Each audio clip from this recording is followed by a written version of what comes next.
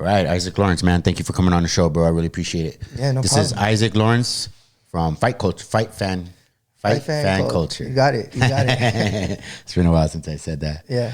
All right, man. So we were just talking about how you found a guy for what's he gonna do for you? Where'd you find? So for those people who don't know, I actually met you at church, right? At WAC, Whittier Area Community Church here in Whittier. And I'm always interested in just finding other content creators, other people that do photo or video. And so I've been volunteering for the church on their photography team. So over the past maybe 2 or 3 months, I've been doing that for them. And basically, I'm slowly starting to get more involved and meet different content creators that are in the church. So one of these guys, he saw me on Friday. We had a men's dinner. I just happened to have my camera and was like, hey, if I'm here, might as well like take photos and stuff like that. Well, that same guy, I believe his name's Lewis, he saw me on Sunday taking photos and things. So he comes up to me, he's like, hey man, I seen you on Friday at church. You know, you were taking photos, like, what do you shoot on? Yada, yada.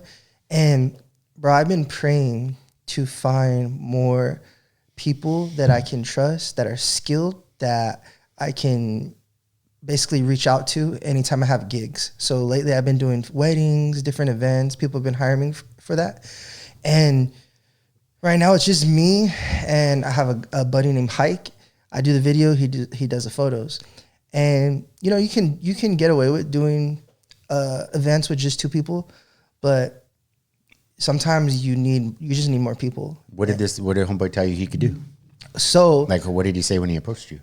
He just basically told me that he shoots videos and he's done, you know, photography for a while. We kind of talked about our stories, how we got into content creation, things like that. Oh, so he's a creator. Correct. Okay. And he does a lot of photography, like landscape stuff, which I thought is really cool. I've never really been into it, but it's always something I've respected and wanted to try out. So he was showing me some of his work, and he has the Canon R5C, which is like one of the best cameras out there right now on the market as for video. I have the Canon R5, and that's like one of the best hybrids, so you can do photo and video. So he basically has my camera, but like the video version, it's like on steroids. Dope.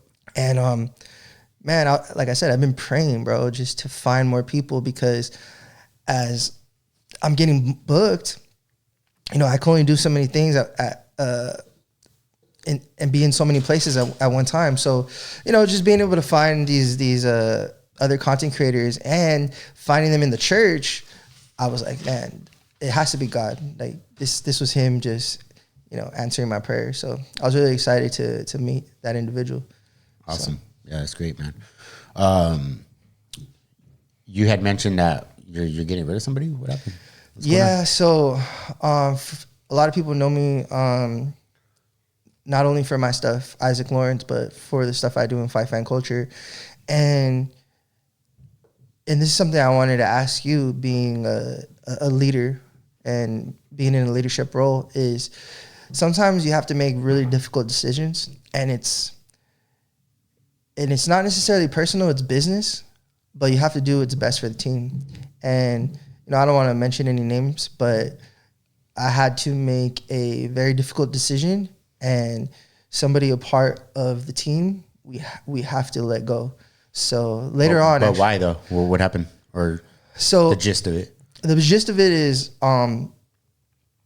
when you're establishing a brand, you have to be very mindful of that brand and the people that are associated with that brand. Absolutely. They, whatever they do, even if it has nothing to do with you, but it's still in the same space, can come back as like, oh, that's that brand's, that's their look as well, even though you may not have nothing to do with that. So to make a long story short, that individual has started burning bridges with fighters and gyms. And by doing what? By just not following through on the agreements or promises. Oh, that's huge. And for me, like, you know, stuff happens. I was late today, but I make sure I texted you ahead of time, try to have that communication. Yeah. And that's big for me. So when somebody just doesn't show up to a gig, or when they're missing equipment and they're expected to have that equipment, or I hear back from a fighter that the promises that they made, they broke them, things like that. And then that individual is associated with the brand that I'm a part of. I have to look at that and be like, I don't know if we need to continue to do business with that individual. So yeah. Well, I mean, reputation's like everything. Yeah. Like, it's just like when you have a podcast, and if you're not consistent, I've been on my butt yesterday because I didn't do my show yesterday. I got, caught up doing that barbecue grill, and then my wife wanted to have dinner and all this stuff. But it bothered me, dude. It was my first time I missed a scheduled show, because I do Monday, Wednesday, and Friday. And I was really pissed at myself, because being consistent or being about your word or your reputation, all that matters. It matters whether you think it does or not, but people do pay attention to stuff, And if your guy is making promises and not keeping them, or being late, then that affects your reputation. Like, all those guys right there, man, those guys are never on time. If he's not on time, they think you're not on time. Yeah. And that's the ship that you're running. So I could certainly see why that would upset you, and why you would have. It must have happened more than once if you're gonna get rid of the dude, because you don't strike me as the kind of guy who's just gonna can somebody for a single mistake. But. Yeah, of course not. I always, I think when you're somebody like me who's in the creative space, you have to be somewhat of a dreamer. And what comes along with that is you don't always see things for what they are. You see things for what they can be. And that can be a blessing and a curse in a lot of ways. Meaning, like, sometimes I'll look at individuals and I don't see them for who they are right now. I see the potential in them, and I get really excited because I'm like, man, like, you can do X, Y, Z, da, da, da, da. But eventually, over time, whether that's, a few weeks or a few years and everything in between, at some point they have to realize their potential, right? And if they don't, then that attraction or that infatuation or whatever starts to diminish. And then you start to realize, like, oh, this is who they were the whole time. You just were so focused on the potential that you didn't really focus on what was going on, right here on top of the surface. And unfortunately, that has been something that has been a blessing and a curse for me throughout my life, because I can see that. There's been a few times where people have realized their potential, and, I've gotten really lucky to be a part of that experience. But there's been a lot of times where people don't end up realizing their potential, and, you get disappointed, and, it's just got to move on. One of the things that drives me nuts is, like, when we're not in sync with the vision, like, we're not headed in the same direction. We're not interested in the same things. But it's so important to be able to collaborate and work with other people. I mean, the chances of being successful, from what I hear, I mean, I'm not a successful podcaster, but I listen to some successful podcasters because I want to be successful. And one of the things they talk about is being able to build teams, not having to do everything by yourself. And if you got a team, putting together a team, and you guys are, like, all over the place with each other, then that's going to stifle the growth of the group. And I would imagine some of the problems that take place is not having enough meetings. And I think it's important to have meetings. I don't know if you guys have meetings, like, where you have a scheduled sit-down time to, like, go over stuff, make sure that you know what's going to be happening over the next week, things like that.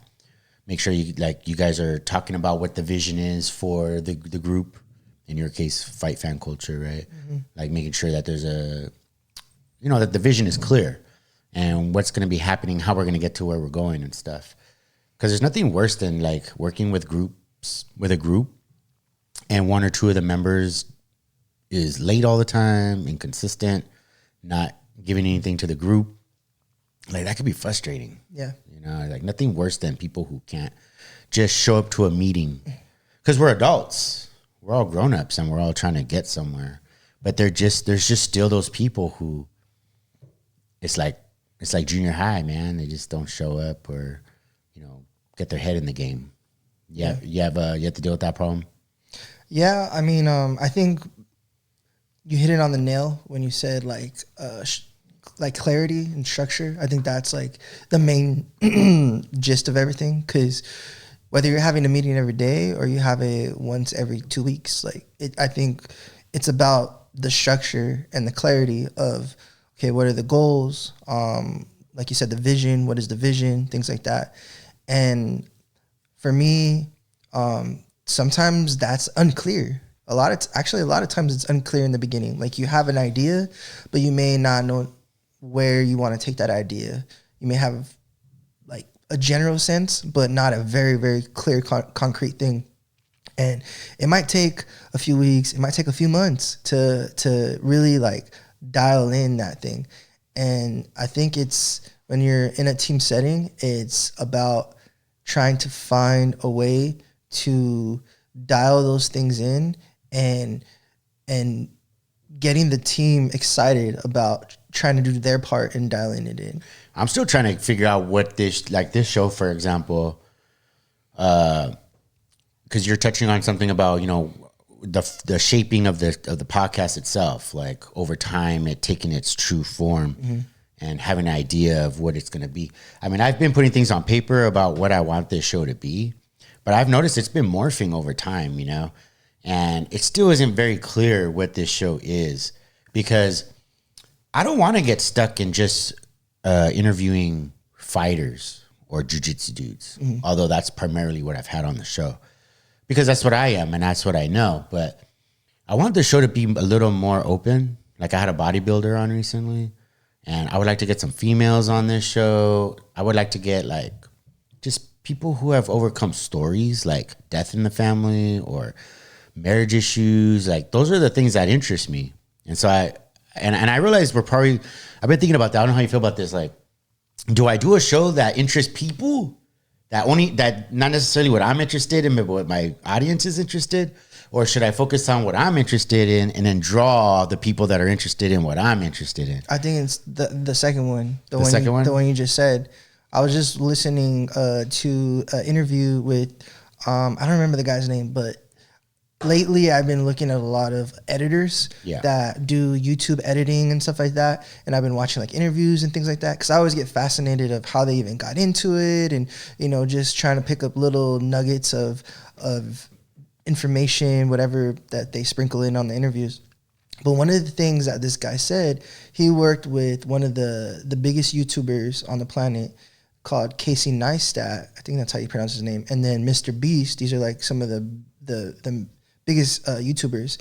And what he said was, it's not just about making like cool edits and a cool story, but you gotta make what you find interesting like really engaging and interesting. Like it's not about like just what you think the fans are interested in, because then you're not authentic. You know what I mean? Yeah. So it's like, and I think that's part of the reason why Joe Rogan is so big, is because when he first started, he had his friends on and stuff like that, but he also brought on people that had nothing to do with comedy or MMA or whatever he was involved in. And he just brought it on because he was interested in whatever they were talking about. Yeah. And I kind of want that same type of format, because there's a lot of stuff I'm interested in. It's not always just fighting, Yeah. And it doesn't always have to just be inspiring stories either.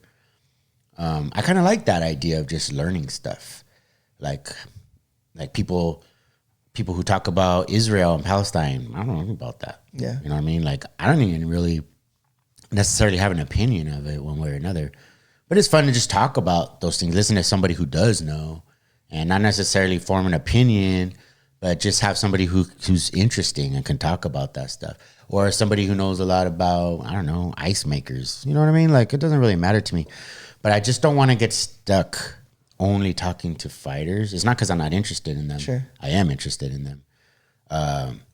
But my main goal for this show has always been to help people or to inform people. And I guess I'm still trying to figure out, okay, how am I going to do that? Mm-hmm. How do I actually like help people? Naturally, I want to bring people to Christ. I mean, Jesus is my guy. You know what I mean? That's my dude. And me and my wife were joking the other day. We were listening to I forget who it is. Blake. I forget who it is. Anyway, it was just a dope song about Jesus, you know. And not to get on to that, but just, you know, I like I want to bring people to Jesus. I want to like improve people's lives. Yeah. But I don't have it in my mind that I just want to talk Jesus 24/7. You know, it's like I want to like insert him in certain places, like be more subtle with it about like implanting Jesus in people's minds. You know, Sure. like, oh, the planets. Oh yeah, we're talking about the planets. Maybe I'm talking to somebody who knows about astrology, and it's like, oh, well, what you can't explain, would you attribute that to God? Mm-hmm. You know, like something like that. Yeah. But the point is, I guess, is just that my show is still taking shape. And I'm kind of glad because some people have told me, and this was hard for me to swallow, but I think it's important to take in what people tell you about your show. Mm-hmm. And I've heard it from a couple of people. It's like, what is your show about? You know, like, what is your show? I know you had a couple of fighters and stuff, but like, it's hard. Like someone was telling me this the other day. They're like, but I don't know what your show is. Like, and I just sat there and I listened and I was just like, thank you for saying so. Because I want to know these things. Like, because I'm still learning and growing in this. And it's like, man, if you feel like you don't know what my show's about, then there's a good chance that there's 100 other people who don't know what my show's about. Not that I barely have 100 something subscribers, but a certain percentage don't know what it's about. And that's something that I got to remedy because in order for the show to grow, like people have to know what they're going to expect when they watch your show. And like when I watch somebody like Bedros Keuilian, you ever watch that guy? No. He's a dude he's one of those guys that talks about leveling up, get your money right, take care of your body. He's a man. He's a man doing man show, which is kind of like my stuff too, right? But I know what to expect when I watch him. Well, let me interject. Sure. You know what to expect when you watch him. Why? Because he talks about the same stuff a lot. Okay. And so let's say he never had a show. Would he still talk about those things? If he never had a show, would he talk about those things? I don't know. I mean, I don't know him on a personal level. I don't know what he talks about when he's not. Have you seen him like on Instagram and like other social medias? So the point that I'm getting to. Yeah, what's the point? Is your show shouldn't be about the show. It should be about you. So like when people watch Joe Rogan, they're not necessarily watching Joe Rogan for the show per se. Now, granted, at this point in my life, when I watch Joe Rogan, I'm not watching it for him. I'm watching it for whoever the guest is because I'm interested in the guest. I've watched hundreds of Joe Rogan episodes, throughout my life. So now if it's somebody I'm interested in, then I'll watch the episode. But when they first start watching it, it's because they're associating what Joe Rogan does with his brand. So his brand could be Alpha Brain, he's always talking about Alpha Brain because that's his company. He's a comedian. UFC, he's the commentator of UFC. So there's certain things that are aligned with him and his brand that people know. So they'll look at whatever it is that he's doing based on what they know about him and assume that there's something about him in that thing. And then as they begin to become like, they know what to expect of who he is, then they start to kind of like look at the guest and kind of broaden from that. So my mind tells me to tell you, well, who's Andres? Who's Dre Bee Rambo? Like, who is that guy? Yeah. So when you can start putting that out there on Instagram and TikTok and all these different places, and you start branding yourself and people like go to you to watch your little 15-second motivational speech on Instagram or whatever it is that you're putting out there, they're going to come to your show to see you and to see what you're interested in. Oh, he brought in Issac Lawrence because, it aligns with his brand and what he likes and stuff like that. So if they like you, they're gonna be curious and to see what do you like. You know what I mean? Yeah, yeah. I guess I'm trying to figure out, well, because you asked a very good, profound question, you know, like, who is Dre Bee Rambo? Yeah. You know what I mean? It's not something I've ever really much thought about, you know. Who am I? Yeah. Like, I don't know. I mean, I think I'm a guy who deals a lot with obstacles, like every man. Like I'm still trying to figure out, how do I obtain self-mastery? You know, how do I control my addictions? You know, how do I control my relationships with others? Not control like control them, but like, how do I respond better to arguments with my wife, for example? Or how do I be a better parent? How do I not be a procrastinator? Like, those are things that I think about on a regular basis. You know, I'm not thinking. I'm also thinking, how do I become a businessman?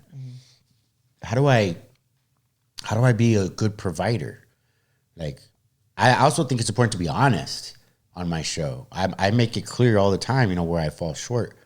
Being a provider, I fall short at that big time. You know, I've never been a good money generating guy, which is something that I really want to change. You know, I've never been a guy who takes risks. Another thing I want to change. So while I'm going through these changes, and these changes have come about because of my sobriety. You know, before I had sobriety, I was just like a feather in the wind. Yeah. You know, constantly living in the clouds. And then when I got sobriety, it's like, holy crap! Like, I have to deal with life. And like, man, I got 25 years of wasted time. How do I get it back? And then I want to, like, when other people see, like, hey, man, this guy was wasting his life for 25, 30 years. And look, he's making some positive changes. He's actually having some success. I'm hoping that people will see that, not so that they could, oh, good for you, Andres, Dre Bee Rambo, but they could see for themselves, like, hey, that I could have that too. Like, I think it's impossible, not impossible, God could do anything. But I think that God can work through us when we're sober-minded. That when we're living in sin, or we're living in debauchery, that he can't work in us as much as he could if he can't do these amazing things with us that he could with sobriety that he can't do if you're always drunk. He could still work with you, I'm sure, even as a drunkard. You know, he could probably get you, you know, put you in a situation where you're going to say the thing that needs to be said to someone else who's going to get better. But I think that he can do bigger things in you when you're sober. And I really feel that, because when I was drunk all the time, shoot, man, I never talked to anybody. And I thought I was an antisocial, and I thought I was an introvert. And it's like, no, man, you're just high all the time. And you have no confidence. And you just want to avoid everybody. And it turns out when I got sober, it's like, dude, you just want to talk to everybody. You're like the most outgoing guy. And I want people to know that, not so that they could see, only so that they could see the change, that they could also have the same change. Mm-hmm. So I suppose if I wanted people to know who Dre Bee Rambo is, it's the guy who's just being a shining light of God's glory, that of what God can do in you, so that they could have it too. And I think that's until God gives me another purpose. I mean, that's the one that I'm going after, because it's the only one I could think of that God wants me to do. It's just to spread the message of my story. Yeah, your testimony. My testimony, what they call evangelism, right? It's evangelism. I'm not necessarily preaching the gospel. I'm just telling people my story. What'd you call it again? Testimony. My testimony, right? So that people could say, hey, if he can do it, I could do it. And that's it. And I would like my show to be somewhere in there, you know, or at least for a while, until it changes and morphs to something else. I don't know where it's going to go. I don't know. You guys, has your show changed over time? Like, has it changed, or has it been the same since you started? I think it's, I think me as an individual and everything that I touch, that I do, that my name's evolved in, is consistently always evolving. Well, it must be tough too, because I mean, you're in a group, or you have a team, so you guys are not the same person. Correct. So how does that come into play? Well, to go back to what you were saying about trying to be a light for God, and for me, basically what you're saying is you want to be an example. You know, your testimony, you want to be an example. For me, it's the same. Like, that's what I'm trying to do in my day-to-day life, my personal life, with my fiance, with my loved ones, my family members, you know, all that. I'm trying to do the exact same thing. But it also goes into my business too. As much as I'm not like preaching or doing anything like that, anytime any of my guys ask me, man, Isaac, how are you able to do XYZ? I always, first and foremost, give credit to God, and I glorify his name. And I'm like, if it wasn't for him, I wouldn't be in the situation that I'm in. So the reason why I bring that up is because how things have changed is, I think there's a certain level of respect and a certain way that my guys look at me, right? When you're in business, or you're developing a team, even though it's business, it's strictly business, there is a lot of personal things that go on. They get to see things that nobody else gets to see. You know, we did a trip in April. We went to UFC 300 in Vegas. Nice. So I'm spending hours in the car with them, driving over there. We're sleeping in the same hotel. They're seeing, you know, me act on a day-to-day basis outside of just when they see me on camera or show up to a shoot and things like that. Yeah. So it's my job as a Christian and as a leader to set an example. So I got to make sure that I'm being mindful of that. So a few examples is, one of my guys, he wasn't feeling it that day. We were recording interviews from fans, and he was just like, man, like, you know, I don't know, like, I'm not feeling good, and, you know, blah, blah, blah, blah. And I'm like, bro, just trust that you're going to feel better. Continue to keep interviewing people, and if you need help or whatever, just, you know, let me know, and, you know, I'll do whatever I can. So he went and interviewed this fan, right? And we were walking on the street. Like, we passed this guy, and he was like, hey man, like, I really want to interview this guy. And I said, okay, go ahead. So I went, and I'm holding the camera, and he's interviewing this guy. This guy had all the energy in the world. He's like, what's going on? You know, he's super energetic. And when you're around people like that, you can't help but get some of that energy. It's contagious, yeah. It's contagious. So his, like, whole mood completely changed. And the interview was, like, really, really good. We ended up using it in a video. Nice. And, you know, it was great. And then after, he's completely changed. He's not, like, all sad and gloomy and stuff like that. And I was like, hey man, I'm happy for you, bro. And I'm excited that you made the decision. You could have easily said, hey, you know what? Like, all right, I'm going to keep walking. But something convicted you in your heart to interview that guy. And because of that, you were able to get a really, really good interview. And now your mood's changed. Yeah. Like, and so he's just asking me questions, and, you know, we're talking about it. And I said, for me, when I'm in situations like that, I'm asking God to help me, and I attribute that to God. And so I don't know his religion. I don't know if he believes in God or, you know, Jesus or anything like that. And I'm not telling him, and I'm not trying to, like, preach to him or anything like that.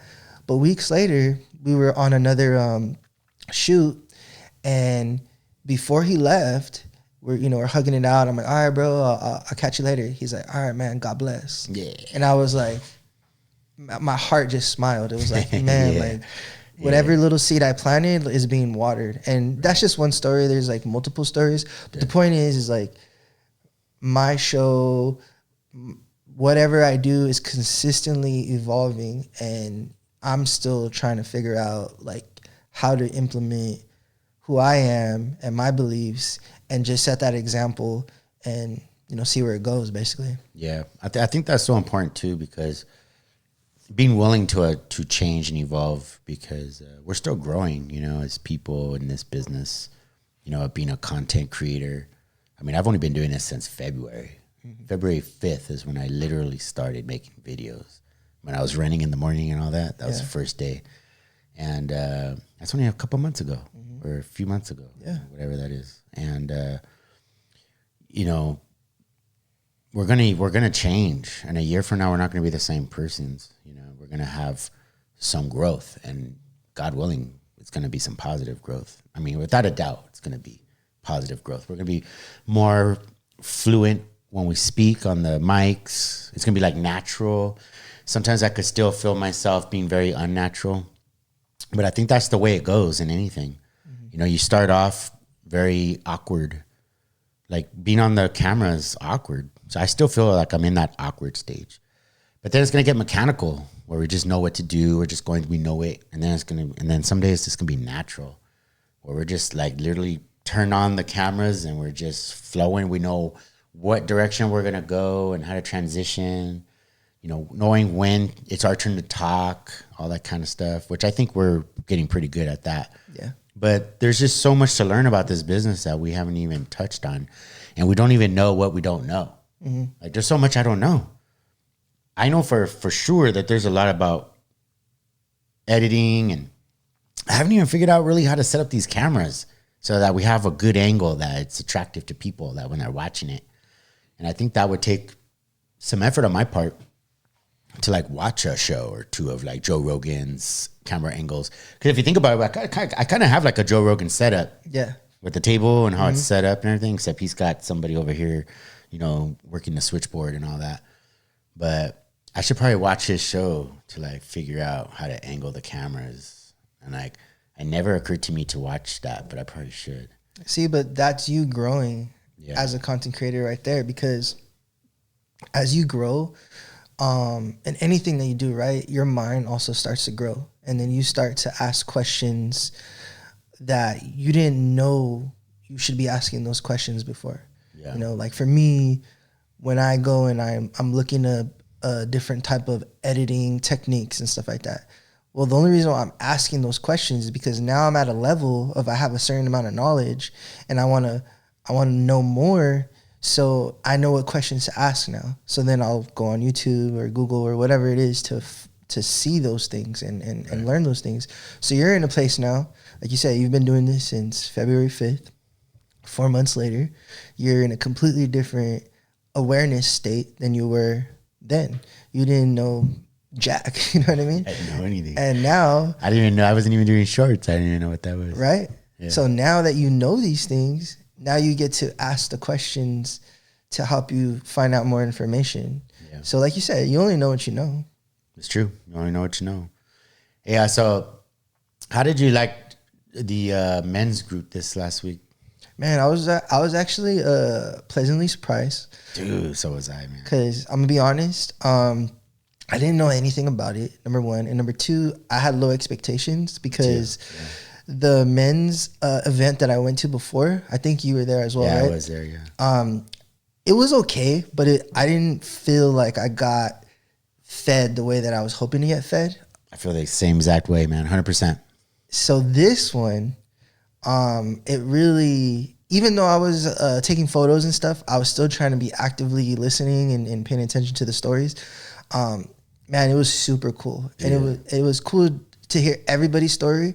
My favorite was the first guy, the top 10 Sports Center guy. Yeah, he was good. Oh man, I hope somebody recorded that, because that would be. I was so disappointed I didn't record that, man.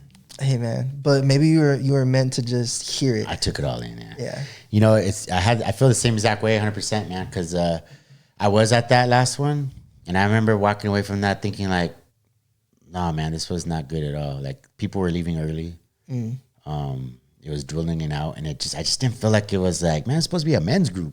It's supposed to be a man thing, you know? And so I kind of walked away with the same feeling. Those guys are great, man. I forget the guy who hosted, forget his name. He's a really great guy. He's one of the pastors there. And, you know, he tried, you know, but I had mentioned it quite a few times thinking like, man, I did not get fed at all, man. I didn't feel like anything from that. So my expectations were also very low. But man, like when I heard that first story, I was like, oh man, that's a good story. Like that guy, and each one of those dudes told a good story. Yeah. Like I thought they all did great job. And like, I was just like, I was supposed to be home at a certain time. And I was just like, I'll just take it. I'll take the hit. And my wife get mad, you know, because they just told some great stories. I even thought the hiking one was good. Yeah. The guy with the Grace, when the nurse's name was Grace. Yeah, that was cool. And they all had good, funny stories. Yeah. And so I was really glad I went. I'm glad you invited me to that because I would have missed it because my expectations were low. Yeah. For that, and it didn't occur to me that it was gonna be Father's Day. Father's Day's coming up, and that's this Sunday. So, what are you and your dad gonna do? You know, I'm not quite sure. Typically, for Mother's Day, all the guys get together. We go to my grandpa's house, and we cook for the women, regardless if you're a mom or not. You know, we'll just cook for all the women. And then typically we kind of do the same for the dads. All the kids and the moms will come, and same thing at my grandpa's house. But over the past couple of years, everybody's kind of been moving away. My sisters just moved to Washington. Other people moved to Arizona, things like that. So we're not as accessible to hang out the way we used to be. So I think everybody's kind of doing their own thing. And my dad, I see him so often now, which I'm blessed to, because before I didn't see him as often. So I think we might just do the same thing we do every Sunday, which is just go to church and then eat some food after. Hang out. He just, you know, he's at a point in his life, and I'm at a point in my life as far as our relationship. We just like spending a little bit of time with each other. My dad actually went with me to the men's thing on this past Friday, and he picked me up from my apartment because I live not too far away from the church. So on his way, he picked me up, and we get to the church like half an hour before it even starts. Like it started at 6:30. We got there like at 6. Yeah, you were there early. Yeah, and we just stay in the car and we just chop it up. Just me and him. We'll just like catch up, and then we'll just have some guy talk, and then we'll walk to the church and get settled in. So has that like improved over time with you guys being able to just shoot the shit, chalk it up? Yeah. I mean, I think I mentioned this on the last podcast I did with you guys, or with you, was we didn't have the best relationship growing up. Now, it wasn't like the most terrible relationship either, but it's not like you hadn't seen the guy in 20 years. Exactly, right? I was blessed for him to be in my life, but basically he was like a military dad where he just like was super strict. And we've gotten into physical altercations growing up, and he had drug tested me and all this stuff. And, if you guys want to know more, go to the last podcast. I spilled the beans there. Yeah, you did. But over the past, I think it started in my mid-20s. I'm 32 now. I started like really understanding as a man why he did what he did. And then over the past maybe 2-3 years, I've really gotten like closer to him. And I think for me, it's been more of just forgiving some of the things that I had held against him for a really, really long time. And then him kind of calming down and not being so aggressive, and, he being more understanding and open-minded as he's gotten older, more mature. Because I forgot what I was watching the other day. I think I was on TikTok, and I saw this video, and I thought it was so cool what the video said. It said, give your parents grace because it's their first time being parents too. And I was like, man, that's so true. Like I used to talk a lot of crap about some of the things that my dad did, but it was like his first time being being a parent. And I don't have kids yet, but I'm planning on starting a family sometime next year. So it's going to be my first time being a parent. I'm sure I'm going to make a lot of mistakes. Yeah, who knows what they're going to complain about you about. Exactly. Like, my dad this, my dad that. Yeah. I mean, that's one of the things I like with me and my dad. We don't have a close relationship or anything, but one of the things I make sure I don't do is to talk negatively about him. Because, like my mom, for example, loves to, tell me what a horrible dad he is and blah, blah, blah. And he's not a horrible human being. He's a good guy. And he was a good provider and all those things. But I remember I mentioned this before, but I was watching this movie with, I think it's called That's My Boy. Yeah, you told me. With Adam Sandler. Yeah, and he says, did I tell you about that scene when he was like. Yeah, say it again. Remind me. Well, it's the scene when they're at the church and they're having the wedding rehearsal. And then the guy who's playing the priest, like an Irishman. Oh, yeah. And he's like, And he's like, oh, my dad. Basically, he says my dad's a piece of shit or something like that, even though his dad's standing right next to him. But no one knows that's his dad, you know? And he goes, oh, really? I'm trying to talk like a leprechaun here. But he was like, oh, really? Was your dad very abusive? Did he like molest you? And he's like, no, nothing like that. And he's like, oh, okay. Did he beat you? Did he beat your mother or something? He's like, no, nothing like that. And he's like, no, he didn't do anything like that. He's like, well, what the hell are you doing bad mouthing your father then? Like, what kind of son bad mouths his dad? And like, let me tell you something about that, since, you know, just to keep it real right now. I know I have family members, you know, who talk negatively about other family members in my family. And I just think that's like a cowardly, it's cowardly. Like it's just not a good quality, you know, to badmouth your family to strangers or to your friends or to other people that are not in our family, especially. And I hate that. You know, I hate listening to somebody badmouth their family members. Yeah. I don't think that's a good quality in a person, you know. Or just people who, you know, they're gossiping with you, and you know if someone's gossiping with you, you know the moment you turn your back, they're talking about you as well. Yeah. I mean, that's just guaranteed. Mm-hmm. I've seen that firsthand, man. It's just like, I hate that. I hate it when people gossip.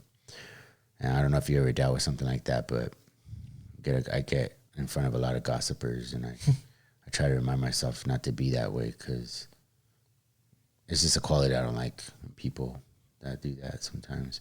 And that's the same reason why I don't talk about my dad, you know. It's like, I get kind of mad at my mom when she talks about my dad, because like who cares? Like if he wasn't interested in his kids, and, you know, outside of providing for them, that's so what? You know, he made sure I had food on the table. Like he always provided for us. And now I wish like my dad came to my games, or, you know. Yeah. I mean, it's not like he never took me anywhere. As a kid, he took me to a few football games, you know. He came to one of my high school games. Like, that's enough. You know what I mean? But it's unfortunate, because these days, if you want to maintain, you know, relationships with your kids, you got to really try, because, you know, I have kids that don't talk to me as well. And it's not that I don't want to talk to my dad. Like, I love talking to my dad. We talk every couple of years for like 10 minutes. We catch up 10 minutes, and it's like, all right, well, talk to you in a couple of years.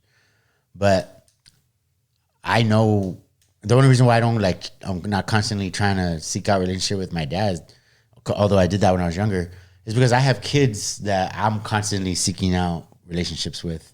I only have so much energy and time, you know. Yeah. I can't try to seek out relationships with my own children, but also trying to make sure I have one with my own dad. You know, that's like, if my dad wanted one, he would make some kind of an effort to have that. Mm-hmm. But so I focus on downwards, like letting my kids know I love them and trying to reach out to them and all that kind of stuff. And that's just the way I see it. But, you know, making a big deal about not having the best relationship with my dad, I think that's just silly.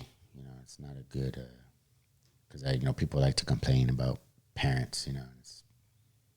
Unless your dad was like playing Tickle Monster with you, there's really nothing to complain about, you know. Yeah. You know, like you said, everybody's a parent for the first time, and no one gets it right on the first time, right? So you only get one crack at it. It is what it is. Yeah, I think to add to that, I think everything's perspective. Yeah. Right. Everything in life is perspective, and then as far as people like who gossip and who just kind of do that, it's like a victim mentality where there's just a lot of stuff that is still unhealed. Yeah. And sometimes people are more comfortable, you know, playing that role, because it is very, very uncomfortable to like get past that, you know. I know for me, I had to go to therapy, and I had to do some things that was really, really uncomfortable for me to get past a lot of stuff. And then I was able to like understand and take off the victim, you know, goggles or whatever you want to call them, to be able to like forgive. But like I said, it's perspective. And I was just having a conversation about perspective recently with one of my guys. His name's Paul. Paul 3 years ago was in a really, really bad motorcycle accident. And Paul is like me, a dreamer, a content creator. He's just, you know, one of these guys that like, he has all the potential in the world, and, you know, he's whatever he puts his mind into, like he's really good at that. He excels. And he was on his motorcycle. He's been riding motorcycles for years, and he got hit by a big rig truck, almost lost his life. Yeah. Luckily, he was fine. He was in the hospital for months. But he was fine, but he was in the hospital for months. Well, It sounded like he was fine. I'm saying he's alive. Yeah, he lived. He survived it. He lived. Yeah. So yeah, let me rephrase that. So he lived. He was in the hospital for months. He lived, but he had consequences. That accident caused him to be paralyzed in his right arm, which is his dominant arm, which is what he did all his stuff with. And being a content creator, you got to edit, you got to do all these things. So he had to learn how to live his life with his left hand now. That's one thing. And then now he has constant pain in his. There's a term for it. I forget what it's called, but basically like the pain doesn't go away. He can just like make it a little bit less by taking certain supplements, or, you know, he uses like CBD and different things like that to kind of like manage the pain. Yeah. But it never leaves his body. Yeah. So I say that because we were having a conversation, and he was saying that when people, you know, stub their toe or do something and they're like, oh man, like that hurt, I'm in so much pain. Like he looks at them and he's just like, you don't know what pain is. But it's because his awareness of what pain is now completely different. He told me a story of how he was with this girl, and she had some type of autoimmune disease, and there'd be days where she would be really, really sick, and she wouldn't get out of bed, and he kind of looked at her like, you know, his perspective at the time, he was a fully healthy man, was like, what are you doing? Like, get on the bed, come on, like, let's go, you know, do XYZ. But now, because he's in the situation that he's in, he like feels bad that in that moment in his life, he couldn't understand what she was going through. So it is perspective. And I think a lot of us, we live our lives so focused on whatever awareness and information and the perspective that we have. And sometimes it's really hard for us to put ourselves in other people's shoes. Yeah. And we have to go through certain experiences to just get a small taste of what that perspective truly is. And then we understand like, oh, yeah, maybe I was a little wrong on that. Yeah. Yeah, I think it's tough. It's tough to have empathy for others when we don't know what they're going through, because our frame of reference is that of a healthy individual. You know, I'm sure I do that all the time, you know, where I'm being insensitive and coming off like a jerk because you know, what do I know about other people's sufferings? And that's probably due to a lack of awareness, self-awareness when it comes to putting myself in other people's shoes. Because we don't generally walk through life thinking, how could I put myself in someone else's shoes today? How can I understand what somebody else is going through? Because we're constantly fixated on our own struggles. You know, I have the same struggles every day that I think about, you know. And I suppose that you couldn't be worse off in life if we purposefully went through our days trying to have empathy for others by trying to put ourselves in their shoes and like, what is this person going through? Like when my wife's having a bad day, my wife yells at me a lot.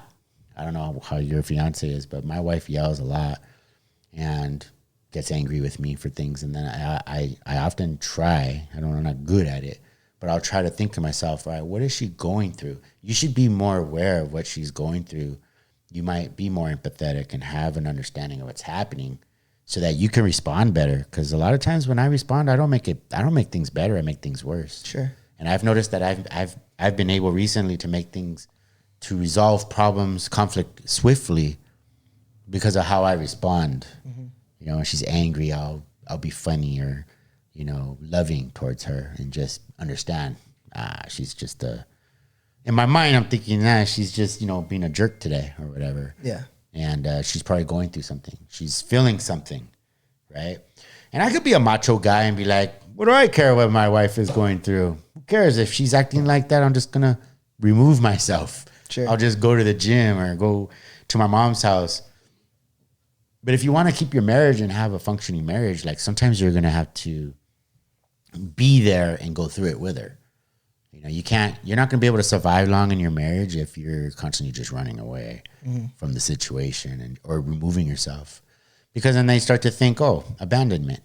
You know, this guy, and believe me, my wife has plenty of cause for those types of insecurities. You know, I've certainly have abandoned my wife in ways where there's some trust issues there where I need to start making a real effort to show her, hey, I'm here. You know, I'm here for the long haul. I'm here for during the hard times as well, not just for the good times. So yeah, having empathy for others, being aware of, you know, what people are going through.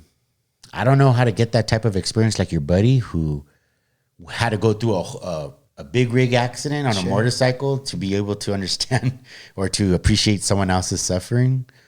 But I think it's a good idea to try to figure that out. Like, how can I place myself in a position where I'm going to get a small dose of what this person's going through? Can certainly help. Yeah. You know? Well, I think one thing that me and my fiance talk about all the time is when we communicate, especially in like a heated situation, we hardly ever yell at each other. We may raise our voice a little bit, get a little passionate, but you know, yelling is like basically off the table. And when we ask questions, we try to make it very clear.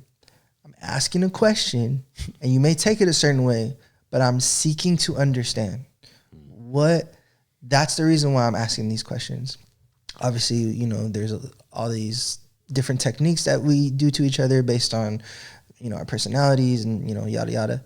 But I think in general, that's just a good practice, because everything in life, when it comes to at least trying to be successful, when it comes to business and being a leader, like, you're dealing with a million personalities. Yeah. You're dealing with people constantly, no matter what it is. So having that skill is super important if you want to be successful, because you have to be able to understand what people are going. You may not know exactly, but if we try to seek to understand and just relate it to some experience that we've been through, then it'll help us a little bit more on how to solve certain problems. Well, yeah, because, I mean, relationships with other people are critical for all sorts of reasons. When you're building something, when you're building a business or whatever, like, if you can't not deal with them, but if you can't work with people, you know, if you're not have self-awareness of what's going on with these relationships, it's gonna suffer and just gonna show. Yeah. In your endeavors. I was never really good at working with people when I was younger. But at some point I realized, you know, getting along with people is like critical for anything you're doing, you know. And that's certainly something that I think a lot of people fail to recognize, working with others. I know a lot of people are really smart. Yeah. But they just can't work with others. And so I could just imagine where they could be in life if they knew how to do that. You know, be a part of a team. It's certainly important. I think it all comes down to ego, in my opinion. My opinion comes down to ego. Like, I feel the people that are the most successful and are able to just like work with people and build a lot of things, are able to not allow their ego to influence their decision making. They're able to control that and try to understand why people are doing what they're doing. Because if you could figure out why you are doing what you're doing, like really, really figure it out. Like, I am doing this because of this specific reason. Like, of course, there's like many reasons, right? But if you could figure out like the main one, then everything just kind of goes from that route. And then if you can figure out what other people's motivations are, then you can always be talking specifically to that motivation. And then things will be a lot easier, because there may be all this chaos going on, but you know, at the end of the day, this is what they really want. And it may change. Some people want to be loved. Some people want admiration. Some people want just like something. I think that a lot of people want that admiration, you know. Just a lot of people, I've been getting frustrated with people recently because, you know, people want to be acknowledged for being so smart, you know. Mm-hmm. Like, oh, I'm so smart. And I get irritated sometimes because I'm like, sometimes that smartness, or for example, you know, I know some people who like to talk about like what's happening in Israel and the Palestine situation, and basically talking about one half of the country, like or talking about people like me and you who believe in Jesus and all that, you know, basically calling us morons and putting us down because, you know, we believe in a God we can't see, you know, things like that. And it's like, there's such a lot of people who will like, oh, Israel's committing genocide. And not to get all into that, whether they are or they're not. I mean, I think we can both agree that people dying is a horrible thing. Of course. You know, regardless of who it is. It doesn't matter. Like, people dying, bad. But like having this like sense of like somehow you have superiority because you watch more news channels. And I get frustrated because I'm like, first of all, there's no need to put down, I'm in this group and you know I'm a Christian. Like, there's no need. I'm not the one over there killing people. I'm not the one over there saying that, oh, we should need to support Israel because, you know, and it's okay to kill them. No one's saying that. Mm-hmm. And it's but what really drives me nuts is like people will talk and they'll post videos or they'll complain or they'll try to be so smart. And it's like, what are you doing to solve the problem? And not only that, but you chose a conflict or a problem in the world that you have no control over whatsoever. It's halfway around the world. You can sit here and be on your ivory tower all you want and act like you're doing something, but you're not doing anything. We have here in America, we have all these problems right here that you could be doing something about. Not all of them, just one thing, whatever it is. And stop being a hypocrite. Stop being one of those people who like talking about something that you're not going to actually make any difference in. And it drives me nuts when I see people that I know putting down other people because they don't know every little thing about this issue, calling them morons, when it's like who are you, dude? Like, who are you to put down other people and make them try to make yourself feel superior, like mentally, or trying to sound like a smart person, yet doing nothing. And that type of stuff drives me nuts. I don't know why I brought that up. I think that's something that's been kind of bothering me lately. Yeah, it's just because we're talking about getting along with people. And well, why do you think they do that? 'Cause I have my opinions, but why? Well, I mean, I think people want it. First of all, people want to come off smart. Okay. I think people want recognition for being smart. I think a lot of people will regurgitate things they hear on the news because they want people to see them a certain way. Mm-hmm. Oh, he's so informed. Like, I know a guy, he is a smart guy, but I mean, who cares? You know, I mean, always has to go on about how smart he is or how athletic or whatever. And I think to myself, when you die someday, no one's gonna when you speak at someone's eulogy, for example. I've been to a lot of funerals in my life, let me tell you, and I can't remember a single time that someone said, "Oh man, that person was so smart. Let me talk for 20 minutes about how smart this person was." Yeah. No, it's gonna be things like funny, memorable stories, or how compassionate they were, how loving they were to their kids, or things like that. What they did, not what they said. Yeah, what they did. Now, if you're somebody who's just on your computer, in your room every day, and you're just, on the internet telling people, oh, they should support this or support that, or you should, or this is, let me educate you on something. No one's ever gonna say, man, I really feel like I know the Israel-Palestine conflict so well because of this person, and I'm just really thankful that they were alive to send those tweets or whatever. Yeah. Like, who cares? You know, why do you think people are like that? I think, well, if you want to act smart, right? Like what you were saying, to me, it goes back to ego. Like there's something in your ego. And if you need to build your ego up because you're self-conscious, like there's something about you that, you know, you're trying to hide, is what I kind of go to. But the other thing is, and I think all of us as humans, we tend to do this, is we want to be a part of something, and we want to have a certain identity, right? So some people, and I had a problem with this, where my identity was a content creator. Like, that's what I do. That's not who I am.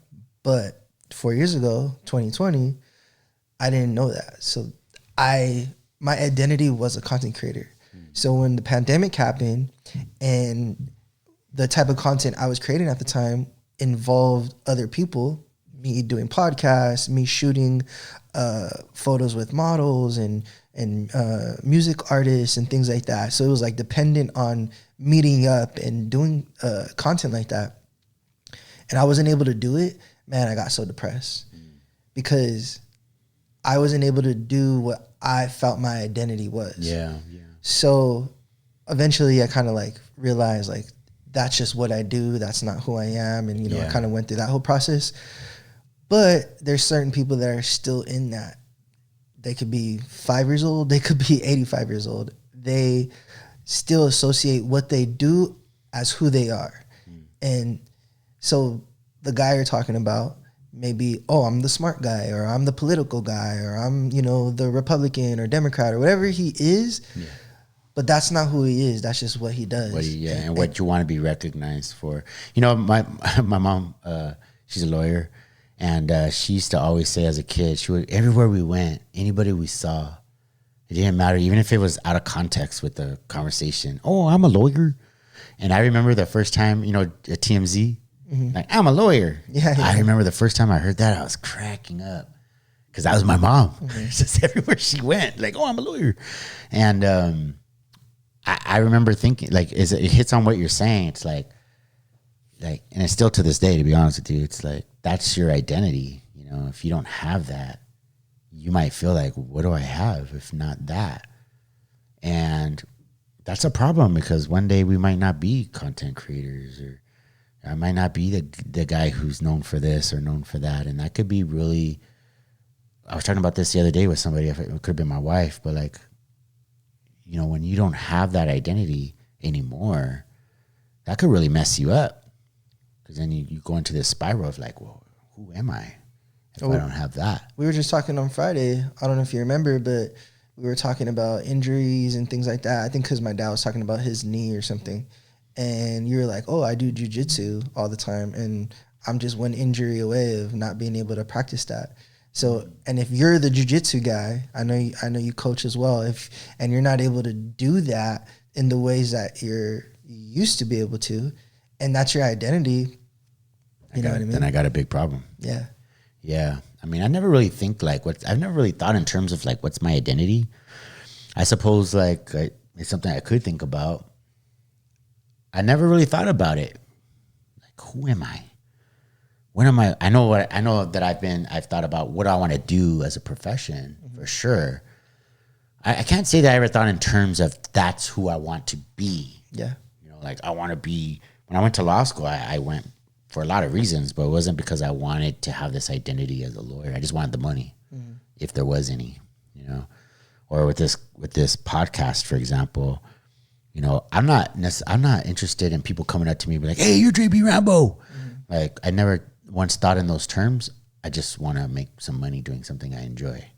You know, talking to people. Who doesn't want to talk? Talking to people is fun. You know, or it is now anyway, that I'm sober. Yeah. But it's like, you know, I just want to create, be creative. I think I get a lot of joy out of building something that actually shows. That's what I like most about podcasting. It's like the personal growth that I'm having, the building of something, just being consistent to me is like cool because it's like, man, this is the first time in my life that I've ever not quit something, you know? I would say like virtually everything in my whole life I've ever tried to do, I've quit. You know, whether it was a new type of job. I remember, like an insurance sales guy, quit that. No progress. Everything. Like literally anything I've ever tried. And, with some books that I've read and I'm reading right now, I'm reading this one by Napoleon Hill, Outwitting the Devil. Oh, I have that book. I haven't finished it. Yeah. Yeah, I'm only like in the first couple of chapters, but I've listened to it on audiobook already, but now I'm reading it. And because it, a lot of it talks about, I'm pretty sure it's this book because I'm reading some other book, but the nutshell I'm trying to get at is like, we as people tend to stop when we hit that first wall. Yeah. Where if you really knew, that's your first moment of you're gonna have some real growth. If you just keep moving forward and not quit at that moment, that's when you're gonna have some real growth. You might have like for example, if I started this podcast, I got a few guys on my show, you and a few more guys on my show, and then I had the first week where I had no guest, and then I let another week go, no guest, but no show. Like I didn't even get on, and then I just stopped doing it. That was when the rubber met the road. That was that moment where you had a choice. You either stop the show and you just forget about the show and then you're not accountable to anybody and then it's just over.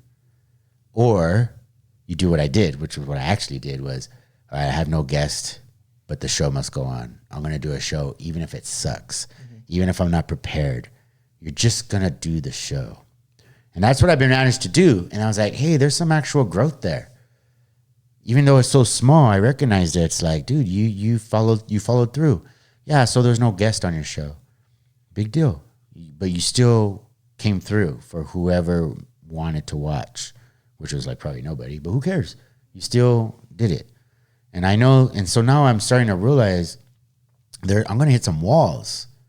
And I got to be able to recognize those walls and be willing and able to tear them down and keep going, because this is a long process that we're under to get to my first goal for this podcast is 1,000 subs on YouTube, right? I'm about a little over 1/10 of the way there. You're probably, if you had the same goal, you'd probably be almost halfway there. I don't know, not sure how many subs you got, but like there's going to be progress. Actually, that's another important thing too, is setting, reasonable goals for yourself. Yeah. That's the thing I like about YouTube and all these different things is like, you could measure in actual numbers and see like, hey, am I getting there? My first goal is 1,000 subscribers on YouTube.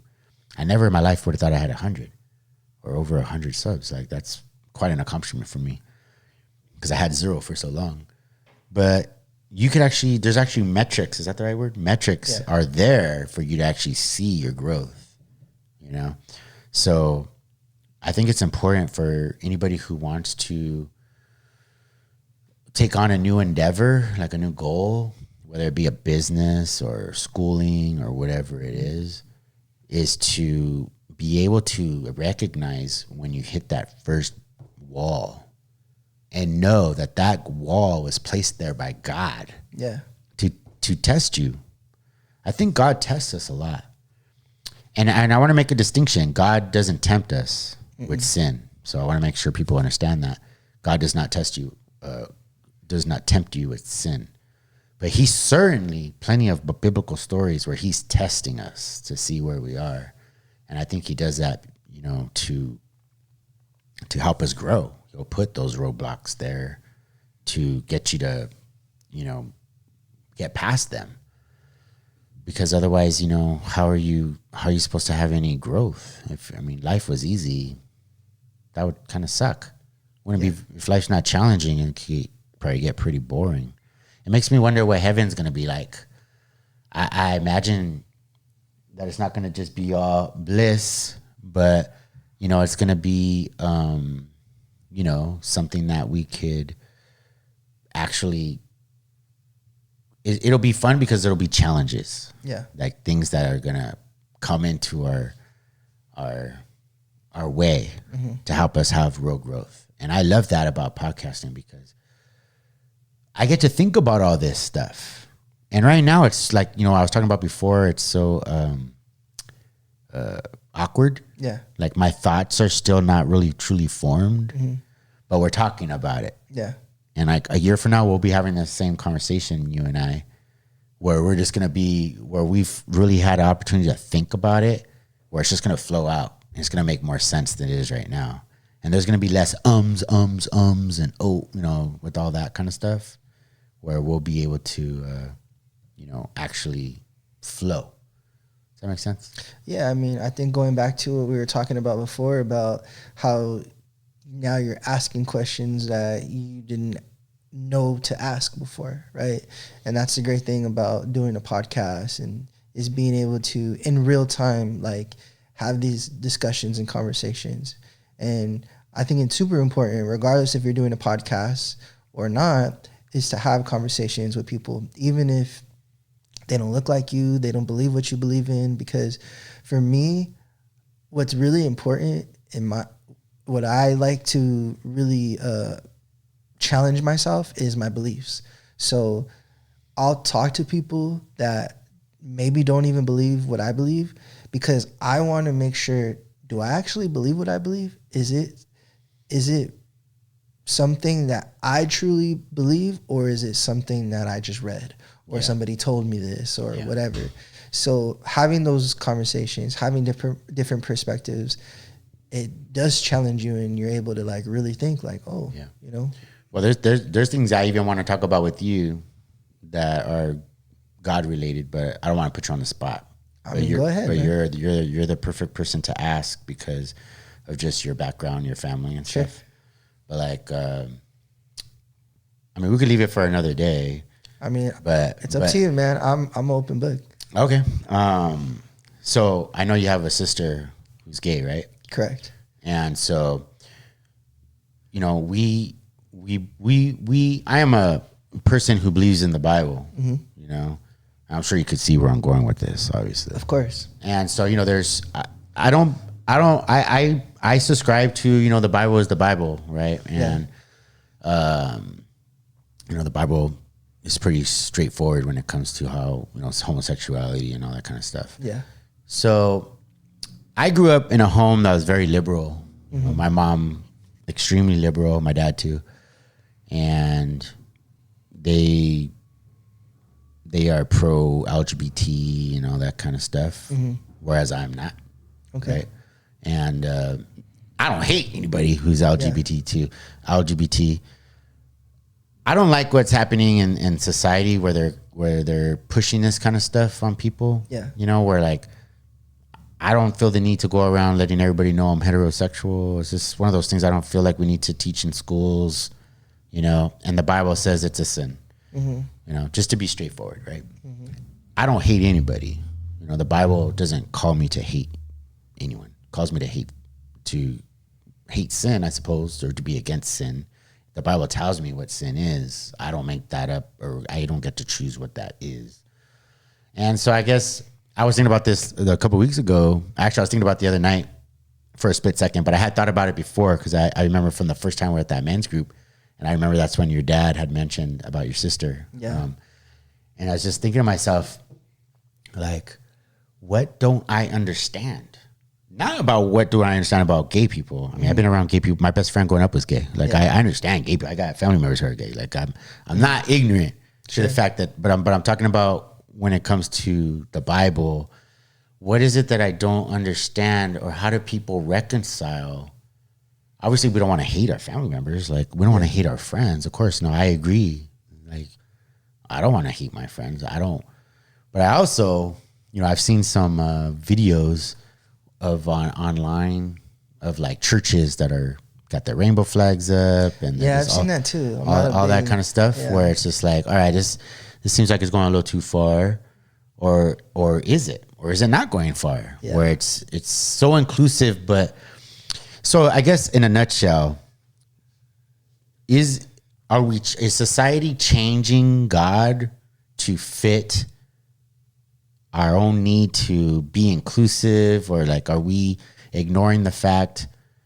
Are we right in ignoring the fact that, hey, the Bible says this is wrong? It says that, and there's a lot of reasons why I tend to support what the Bible says, and it's because when I started reading the Bible as a Christian, when I actually started reading it for the first time, like truly trying to understand it, I was like, holy crap. Everything the Bible is talking about is literally under attack today, especially marriage. Like God talks about marriage in the first book. Genesis is about a man and a woman in a garden. Yeah. It's about a woman leaving her mother, or a man leaving his mother and father and being joined to his wife as one. It talks about homosexuality in the beginning. The rainbow flag, for example, was God's promise after the flood. You know, that was taken by the LGBT community as their symbol. Why would that happen? It's like, oh, that's like in my mind, I'm thinking, oh, this is an attack on marriage. And there's like all these things I can mention, like, for example, that has nothing really to do with the LGBT, but like say, what do you call it? God says in scripture, I think it's the book of Timothy, perhaps, if I don't have that right, or Thomas or whatever. There's no book of Thomas, Timothy, where he's talking about Thomas the Train. Yeah, right. Different book. I could be wrong about the book, but anyway, it talks about women being modest, right? Okay. And there's a scripture, we're all familiar with it, where the roaming lion looking for anyone he could devour. And now, when I was a kid, my mom talked a lot about the women's movement, the feminist movement. They used to always say, "I am woman, hear me roar," right? And I made this connection. Oh crap, that's a taking from the Bible. That's the devil. Yeah. You know, I'm a roaring lion looking to see who he may devour, right? And I started making all these connections. These are not the only ones. I got tons of them. Yeah. Where I'm like, holy crap, like society takes these things, like women to dress modest, right? And the feminist movement, you know, the Bible says women should dress modestly. Yeah. But our culture tells women, hey, dress scantily. Yeah, free the nipple. Yeah, all that kind of stuff, right? Be promiscuous. Anything the Bible says, we do the opposite. Yeah. Our society does the opposite.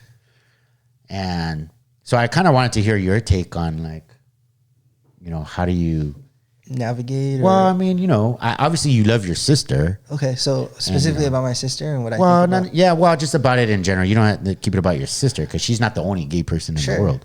You know?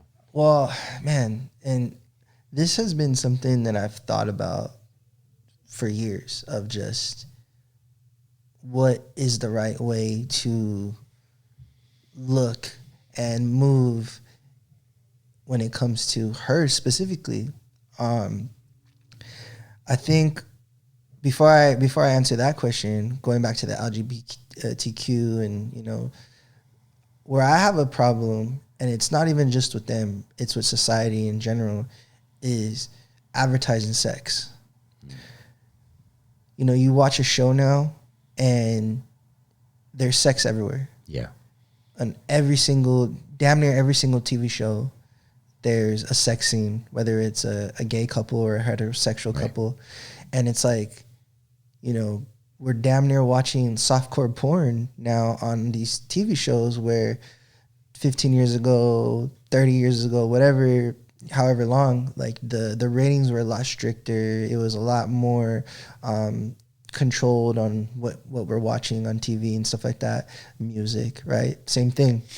Everything's about sex or drugs or money or, you know, being the best and, you know, whatever it is. And that's kind of what I have more of a problem with. And then as far as the LGBTQ, you know, whether you're proud of who you are, you know, and you've been not able to express how you feel that you are and you want to express that, that's okay, you know, if you feel that that's what you want to do. But where I have the problem is like, it's all about the sex. Right.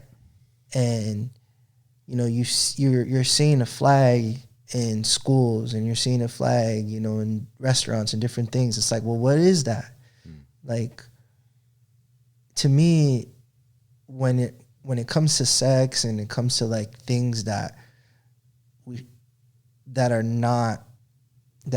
consider sin, and the Bible, like you said, clearly says is sin, that's where I have a problem with. So going back to my sister, and we were talking about perspective, I'm not attracted to guys. I don't want to marry and be with another man. You know, that's not something that like I want to do. So I can't like I understand how she feels. Mm-hmm. So I can only love her and try my best to just be an example of what I feel a Christian individual should be and have a Christian relationship. And, you know, I try not to judge her, but I also don't condone, like, whether it's her lifestyle or just anything that I don't agree with. I try my best not to put myself in those situations. So an example is I have two sisters. The youngest one is gay, and then the older one, she's heterosexual, but they're basically best friends. You know, they do everything together. They'll go to like drag shows and things like that, and they'll invite me because I'm their brother and they love me and they want to spend time with me. Well, I'm not a fan. Like, that's not something that I agree with, so I don't go to those things. But when we're at a barbecue and we're hanging out, like, I'm still gonna love them and treat them just like anybody else. Mm-hmm. So I try my best to just live a certain lifestyle and set a certain example. And I wasn't always like that. You know, when in my early 20s, I was out here going to West Hollywood and partying and getting drunk and doing all these different things. But now in my early 30s, like, I've evolved, you know, and I just pray for her and her wife and, you know, just allow God to kind of do his thing. And she grew up in the church just like me. So there's things that she knows about. And it's just about the Holy Spirit convicting her heart to want to be better. And I have an uncle who's basically was my dad's best friend growing up. I think he's like 1 year younger or 1 year older than my dad. They're like basically the same age. And he's gay, but he is one of the hardest core Christians that I know, but he's gay, right? So it's like, I don't know how that feels. I can only imagine being in his shoes. I'm attracted to men, but I'm also a Christian. So it's hard for me to understand what they're going through. So all I try to do is just set an example and just be that light that I try to be. I think my dad probably, you know, if you have him on this podcast, that would be a question for you to ask him, because I think having a sister is one thing, having a family member, you know, a sibling, but having a kid, I think that's a whole nother layer to things. Yeah. So, yeah, it's tough, but I agree with you. There is a lot of things going on in the world right now that I feel are the opposite. When I look at those things, to me, it just proves to me even more so that God is real. Because the devil's working overtime to try to prove to you God's not real. In doing that, you're just proving to me that he is. Yeah, I think that's what he's trying to do. 100%. He doesn't. I don't think the devil cares if we worship him. He just doesn't want us worshiping the one true God. And, you know, I think about this issue a lot because I have a niece who's gay, you know, or she might be bi, you know. It just depends on where she is in her life, who she's dating, you know. And very smart, beautiful young lady. And so I think about these, and of course I know other people, a lot of friends and family who are gay. And I think about this issue a lot because I'm like, okay, well, no, you know, God, these people, they seem like loving, caring people. They don't see, other than what their sexual preference is, they're just loving people. And then I think to myself, well, who am I to decide what is wrong and what is right? I'm not God. You know, God is God, and God has every right to. He's our creator. He's my creator. He has every right to tell me how I can live my life and what parameters he wants me to live my life. And I think to myself,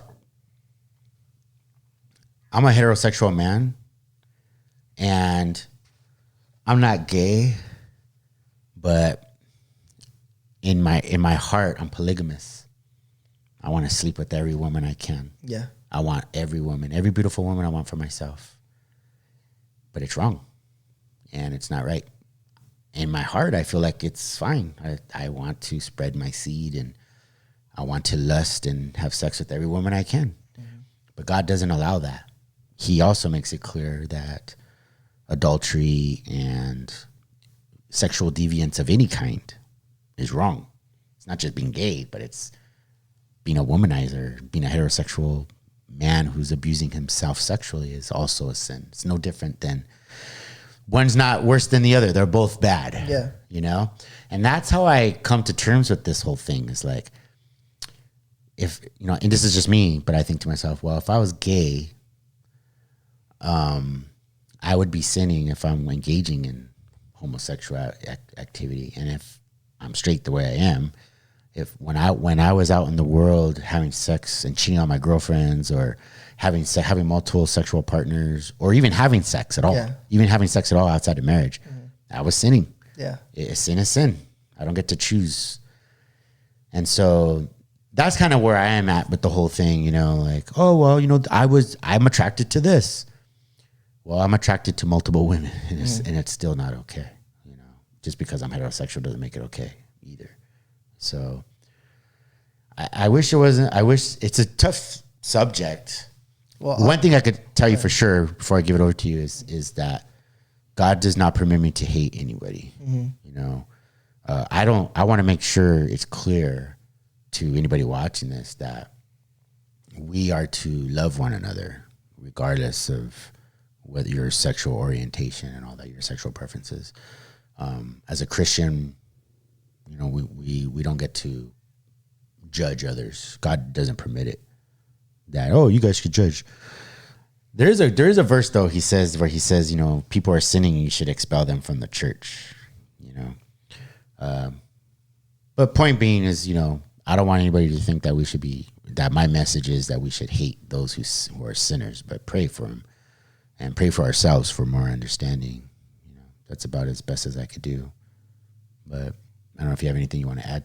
Yeah, man. I mean, I agree with you. As far as like, I think our role as Christian men and just individuals, like, is not to cast stones, you know, and not to hate on anybody. And I agree. Like, I judge every single person based on my experiences with them. Like, that's how I maneuver my life. I'm not going to be like, oh, because you are gay, or you are Republican or Democrat, or you're this or you're that, whatever you identify as or whatever, I don't care. Like, what my experiences with you are, that's how I maneuver my life. So that doesn't mean that I'm still not going to be me. You know, at the end of the day, I'm still going to try to display my beliefs and be my truest self as much as I can be.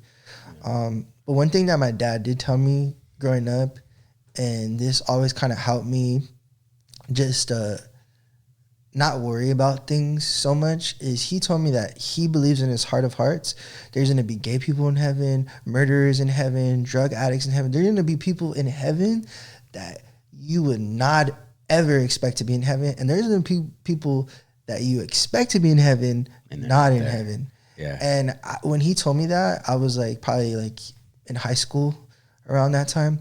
I've always remembered that because it was so like impactful. And he would say like throughout the years as well. But so my uncle, for example, who's gay, like, as far as I know, the Bible clearly states sin is sin. But in order to get to heaven, you got to go through Jesus. Jesus is the truth, the way, and the life, and nobody will get to the Father but through him. So if my uncle, in his heart of hearts, like, knows he's living in sin, but he believes in Jesus and he every day just serves him as best as he possibly can, I truly believe he'll be in heaven. Well, that's a subject that I would like to have with you next week if you're available. How does one get into heaven? You know, what does need to happen? Because there's different thoughts on it. Yeah. You know, obviously ours probably I could only assume our opinion on that aligns with one another, because you just said it in out of your mouth. You know, the only way to the Father is through Jesus. Yeah. And I think a lot of times we don't really know what that means exactly, because there are different verses that, you know, like faith without deeds is dead, you know, where people get confused by that. And we were talking earlier about our church, where sometimes, you know, where like we were talking about how we're at that men's group, we weren't being fed. Well, there's people who have come up to me on the street, and I love whack. Yeah. that's my church. I'm a member there, and that's where I'm staying, right? I've had people try to take me away and go other places. And it's like, no, I love the people. That's where I'm going to stay. Do I think it's perfect? No. No churches. Someone told me, yeah, there's no perfect church. But I would say to that, because I thought about this. Yeah, I remember a guy told me there's no perfect church, but that doesn't stop you from trying. You know what I mean? That shouldn't stop us from trying to be a perfect church. And I have had people come up to me and tell me, oh, that church is lukewarm, you know, that there's no, you know, I never felt convicted. And I'll be honest, I never feel convicted leaving WAC. I just like going, you know. But I've never, ever, I rarely, if ever, have felt like, man, I got what I needed today. Sure. Where I get it is online, you know, Yeah. like Paul Washer or some other guys, you know, Vody Bachman or something like that, where I'm like, dang, like those guys really spoke to me, you know, because I'm just gonna be straight up, you know, at our church, you know, we're very, I feel like we're not taking any chances, you know, we're just giving a nice warm message and then we're done. Yeah. Like I've never walked out of there feeling like, man, I felt like he was talking to me, you know. And don't get me wrong, I love our pastors. Like, they're great people. I like them a lot. And I don't know how you feel. I don't know what's your thought. Like, if you feel like, oh man, we're right on it biblically. No, I'll share my thought. Yeah, please. So my thoughts are, and this is a conversation that me and my dad have all the time, is there's different levels of churches. So the way we like to talk about it with other people is you gotta think of church like school. So there's elementary school, there's middle school, there's high school, there's college. And graduate programs. Right? Yeah. So certain churches are meant to house certain people. It doesn't mean that you won't be able to learn something, you know, if you're a college graduate at a high school. You know, there may be a little tidbit that you're like, oh, I didn't really connect the dots or didn't know that. Sometimes that's enough. Right? Yeah. And for me, that's what WAC is, where to your point, it's not going to be a deep dive where I'm going to be like, you know,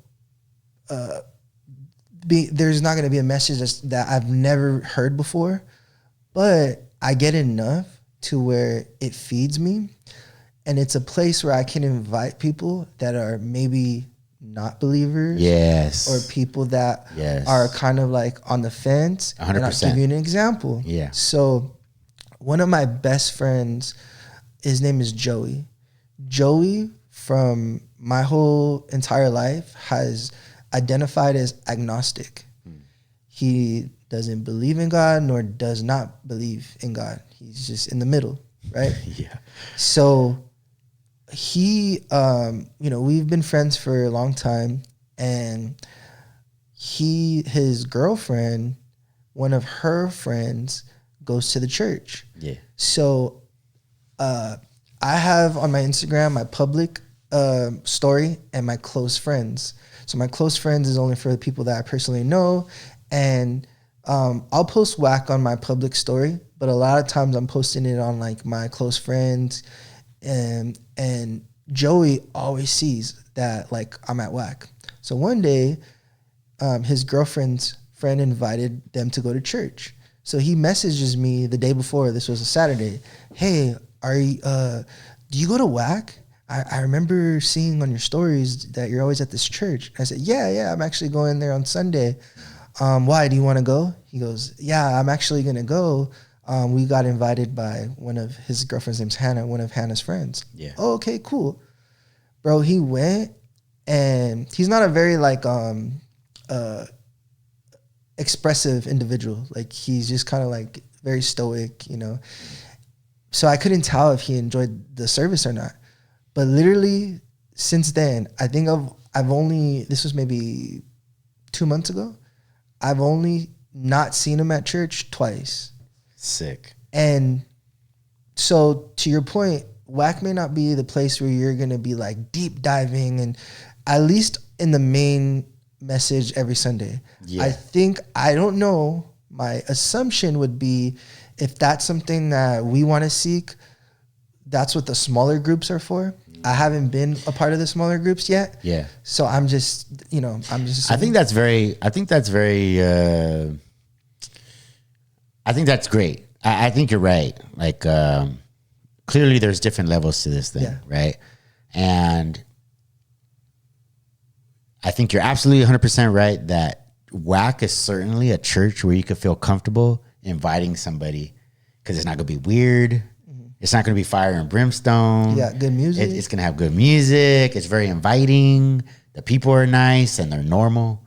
You know, it's like, it's a great church. And for that very reason that you're describing is like, this is a place you can invite somebody and know they're going to be in kindergarten, you know, or maybe first grade or something, you know. Yeah, they're going to just learn the basics. And they're going to have fun and they're going to want to come back. And I think that's super important.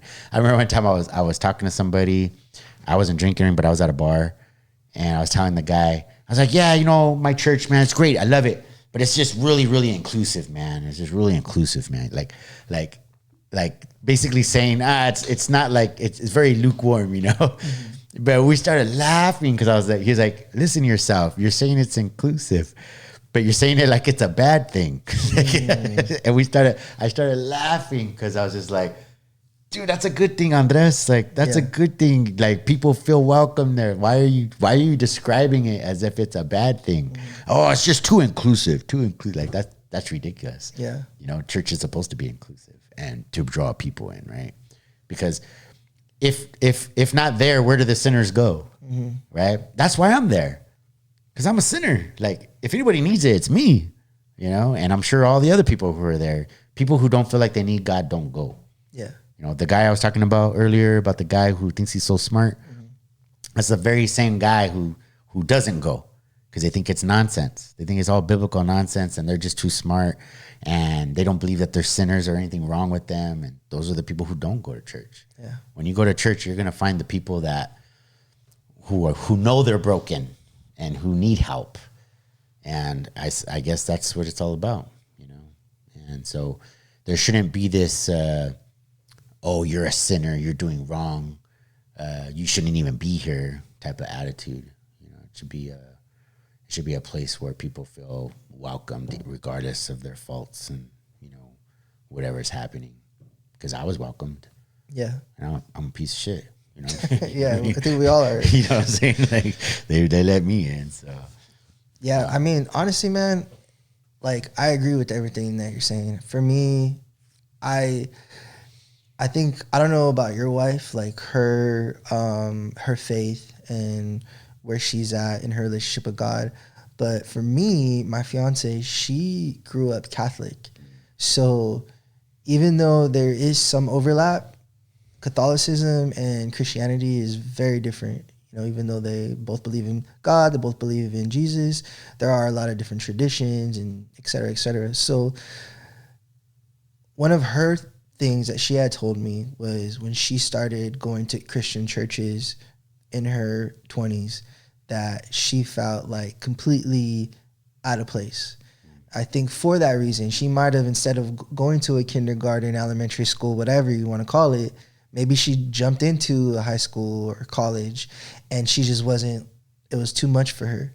So because we're at WAC and we're doing that together, to me, that's more important right now, to just cultivate the basics of just going religiously, you know, learning about the Bible, trying to be more into reading the word. And then for us, starting to create a community, because we both come from places that we don't have that community. Like a lot of our friends are either non-believers or, you know, they're still out, you know, running amok in a lot of ways. And we're going to get married and we're going to have a family and, you know, we're transitioning to a different place. And for us, it makes a lot of sense. Now, are we going to be there forever? I don't know. But I know while I'm here, I want to try to make as much of an impact. So I'm a part of the photography team. I'm asking questions regarding the sports program. I want to see about getting into like the smaller groups and see what that looks like. I was going to the marriage course stuff. You know, I'm trying to maximize as best as I possibly can, not only just for me, but also for her. Yeah. And see where God takes me. And for the little family that you're going to start. Exactly. Soon enough. Yeah, I think that's a good place to leave it. But I hope that that we can get you back on the show soon to continue this conversation, because I think it's an important one, and I think it'd be a pretty cool little niche on its own. Yeah, I might have to bring my dad, man, because he's a lot more, mature in that side of it. As even though I know quite a bit, like there's still a lot for me to learn. So yeah, my mom gets pretty crazy. Actually, WAC is a place where I took my mom a few times, where she was actually okay going there. There you go. Because she's like very cautious of churches, because she thinks churches are judgmental and all that kind of stuff. Yeah, they can be. Yeah, absolutely, 100%. Certainly not WAC. Yeah. It's very inviting. So anybody want to go to WAC, Whittier Area Community Church in the city of Whittier, if you've been dabbling with wanting to get to know Jesus Christ, WAC is certainly a good place to start. And they have an online as well. And they have online as well. That's right. You can check it out online at whack.net, something like that. Something like that. Or you can just type in WAC on YouTube. Yeah, just type WAC. It's not my job right now to... Anyway, thank you for coming on the show. Yes, Issac Lawrence from Fight Fan Culture. You could check him out. Do you have certain days that your show comes on? Honestly, no. Just subscribe. Just subscribe and it'll come out. You'll get notified when his shows come out. He interviews fighters and talks about MMA, and it's a really good show. So make sure you guys check that out. And hopefully we'll get you back on the show soon. Yes, sir. All right. Thanks, guys, for watching.